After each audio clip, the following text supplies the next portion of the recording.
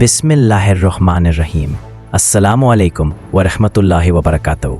नाज़रीन, खुश आमदेद scope trends horizon पर, जहां हम तारीख़ और हाल को जोड़कर इन राज़ों को तलाश करते हैं जो सदियों से इंसानियत के शऊर को झंझोड़ते आए हैं। आज हम एक ऐसी कहानी बयान करने जा रहे हैं जो सिर्फ माजी की दास्तान नहीं बल्कि हमारे हाल और मुस्तकबिल का भी फैसला करती है। मौजू है अंदलस की तबाही और फ़लस्तीन का मसला। ये एक ऐसी दास्तान है जो हमें बताती है कि कौमें कैसे उरूज पाती हैं और कैसे अपने ज़वाल की बुनियाद खुद रखती हैं। ये हमें दिखाती है कि जब उम्मत अपनी असल से गाफिल हो जाए तो अंदलस जैसी जन्नत भी छिन जाती है, और जब गफलत बरकरार रहे तो फ़लस्तीन जैसी सरजमीन भी जुर्म का शिकार हो जाती है। अंदलस की कहानी शुरू होती है सन 711 ईस्वी में, जब शुमाली अफ्रीका के एक बहादुर जनरल तारिक बिन ज़ियाद और उनके मौसो असल साथियों ने बहरे रूम उबूर किया और स्पेन की सरजमीन पर कदम रखा। कहानी की सबसे मशहूर झलक वो लम्हा है जब तारिक बिन ज़ियाद ने अपनी फ़ौज को इकट्ठा किया और कहा, ए मुजाहिदो, तुम्हारे पीछे समंदर है और आगे दुश्मन।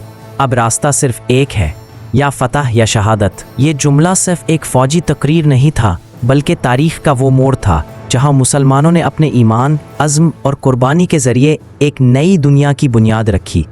चंद ही सालों में मुसलमानों ने अंदलस पर कब्ज़ा कर लिया, लेकिन यह कब्ज़ा जुल्म या इस्तिबदाद की बुनियाद पर नहीं था बल्कि अदलो इंसाफ, इल्म और हिकमत की बुनियाद पर था। कुर्तबा, इल्म व तहज़ीब का शहर अंदलस के दारुल हुकूमत कुर्तबा को देखें। ये वो शहर था जहां एक वक्त में 700 मसाजिद, 300 अवामी हम्माम और 70 लाइब्रेरियाँ थीं। यहाँ की गलियाँ रोशनियों से जगमगाती थीं, जबकि यूरोप के बाकी शहरों में लोग अंधेरों में ज़िंदगी गुजारते थे। कुर्तबा की लाइब्रेरियों में लाखों किताबें थीं। यहाँ फ़लसफ़ा, साइंस, तिब, फ़ल्कियात और फ़नून लतीफ़ा सब परवान चढ़ रहे थे। यूरोप के ईसाई बादशाह अपने शहज़ादों को इल्म हासिल करने के लिए अंदलस भेजते थे। अंदलस की तहज़ीब का असर यहाँ मुसलमानों ने स्पेन को सिर्फ एक सल्तनत नहीं दिया बल्कि एक ऐसी तहज़ीब दी जिसने यूरोप की तकदीर बदल दी। आज यूरोप जिस रेनेसांस में पर फ़ख्र करता है, उसकी जड़ें अंदलस की दरसगाहों, साइंसदानों और फ़लसफ़ियों में मिलती हैं। इब्न रुश्द ने फ़लसफ़ा को नया रुख दिया, अल-ज़हरावी ने तिब और सर्जरी की बुनियाद रखी, इब्न खल्दून ने तारीख़ और उमरानियात में वो काम किया जो आज भी जदीद साइंस का हिस्सा है। अंदलस में मुसलमानों, ईसाइयों और यहूदियों ने मिलकर सदियों तक एक पुरामन मुआशरा तश्कील दिया। यही वो गोल्डन एज ऑफ इस्लाम थी जिसे दुनिया आज भी याद करती है। लेकिन नाजरीन, कोई सल्तनत हमेशा नहीं रहती अगर उसके लोग अपनी असल मकसद से हट जाएं। अंदलस में भी यही हुआ। ऐशो इशरत और फ़िरका वारियत। जब हुक्मरानों ने ऐशो इशरत को मकसद बना लिया, जब उन्होंने अपनी ताकत को अवाम की खिदमत के बजाय अपनी ख्वाहिशात पर लगाना शुरू किया, तब ज़वाल का आगाज़ हुआ। मुसलमान फ़िरकों और गुरोहों में बट गए। एक एक शहर अपनी अलग सल्तनत बनाता गया, बजाय उसके कि वो दुश्मन के ख़िलाफ़ मुत्तहिद होते। अंदलस के कुछ मुस्लिम हुक्मरानों ने अपनी आपसी जंगों में ईसाई बादशाहों से मदद मांगी। ये वो लम्हा था जब दुश्मन को मुसलमानों के कमज़ोर होने का यकीन हो गया। दुश्मन की चालें ईसाई बादशाहतें, ख़ास तौर पर कश्ताला और अरगून अरागोन, एक एक करके मुस्लिम रियासतों को निगलने लगी। पहले तलीतला, फिर कुर्तबा, फिर अशबिलिया और आखिरकार गरनाता।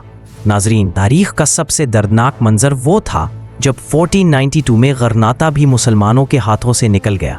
गरनाता के आखिरी मुसलमान हुक्मरान अबू अब्दुल्ला बोआबदील ने वो दिन देखा जब उसने अपने ही शहर की चाबियां ईसाई बादशाह फर्डिनेंड और मलका अजाबेला को पेश की। कहा जाता है कि जब अबू अब्दुल्ला गरनाता को छोड़कर जा रहा था तो वो रोने लगा।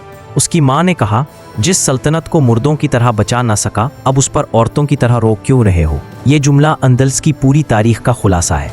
इंक्विजिशन। अंदलस की फतह के बाद मुसलमानों और यहूदियों के लिए ज़मीन तंग कर दी गई। इंक्विजिशन के नाम पर लाखों मुसलमानों को ज़बरदस्ती ईसाई बनाया गया। जो नहीं मानते थे उन्हें कत्ल कर दिया जाता, हज़ारों को जिंदा जलाया गया, औरतों और बच्चों को ग़ुलाम बनाया गया, मसाजिद को गिरजा घरों में बदल दिया गया, कुरान को जलाया गया और इस्लामी शनाख्त को ख़त्म करने की हर मुमकिन कोशिश की गई। अब नाजरीन, ज़रा मौजूदा दौर पर नज़र डालें। फ़लस्तीन में भी वही कहानी दोहराई जा रही है जो सदियों पहले अंदलस में हुई थी। 1948 का अलमिया जैसे अंदलस के मुसलमानों को बेदखल किया गया, वैसे ही 1948 में फ़लस्तीनियों को उनकी ज़मीन से निकाल दिया गया। उनके घरों पर कब्ज़ा हुआ, उनकी मसाजिद मस्मार हुई, उनकी बस्तियाँ जलाई गई। मौजूदा हालात आज भी फ़लस्तीनी अपनी ही सरज़मीन पर कैद हैं। गज़ा पर बमबारी, बैतुल मुक़द्दस में जुल्म, मुहाजिर कैंपों में ज़िंदगियाँ, ये सब कुछ हमें अंदलस की याद दिलाता है। उम्मत की खामोशी, जैसे अंदलस के वक्त बाकी मुस्लिम दुनिया खामोश रही, वैसे ही आज फ़लस्तीन के मामले पर भी उम्मत खामोश है। हुक्मरान मगरिब के दबाव में है, अवाम सोशल मीडिया पर सिर्फ नारे लगाने तक महदूद है। अंदलस की तबाही हमें ये सबक देती है कि जब मुसलमान अपनी वहदत खो दें तो दुश्मन गालिब आ जाता है। जब मुसलमान दुनियावी ख्वाहिशात में खो जाएं तो उनकी जन्नत छिन जाती है। जब मुसलमान अपनी तारीख भूल जाएं तो वही तारीख फिर दोहरा दी जाती है। फ़लस्तीन को बचाने के लिए सिर्फ जज्बात नहीं बल्कि हिकमत, इत्तेहाद और कुर्बानी की ज़रूरत है। अगर हमने अंदलस की गलतियों से सबक न सीखा तो तारीख फिर खुद को दोहराएगी। लेकिन इस बार शायद सिर्फ फ़लस्तीन नहीं बल्कि पूरा आलम इस्लाम इसका शिकार होगा। नाजरीन, सवाल ये है, क्या हम अंदलस की तारीख से सबक सीखेंगे या फिर वही गफलत दोहराकर अपनी आने वाली नस्लों को बर्बादी के हवाले करेंगे? क्या फ़लस्तीन के बच्चों की चीखें हमें जगा सकेंगी या हम सिर्फ तमाशाई बने रहेंगे? याद रखें, अंदलस खो गया क्योंकि उम्मत गाफिल थी। फ़लस्तीन बच सकता है अगर उम्मत बेदार हो जाए। अपनी राय कमेंट में दें, वीडियो को लाइक करें, शेयर करें और सब्सक्राइब करें ताकि ये पैगाम ज़्यादा से ज़्यादा लोगों तक पहुंच सके।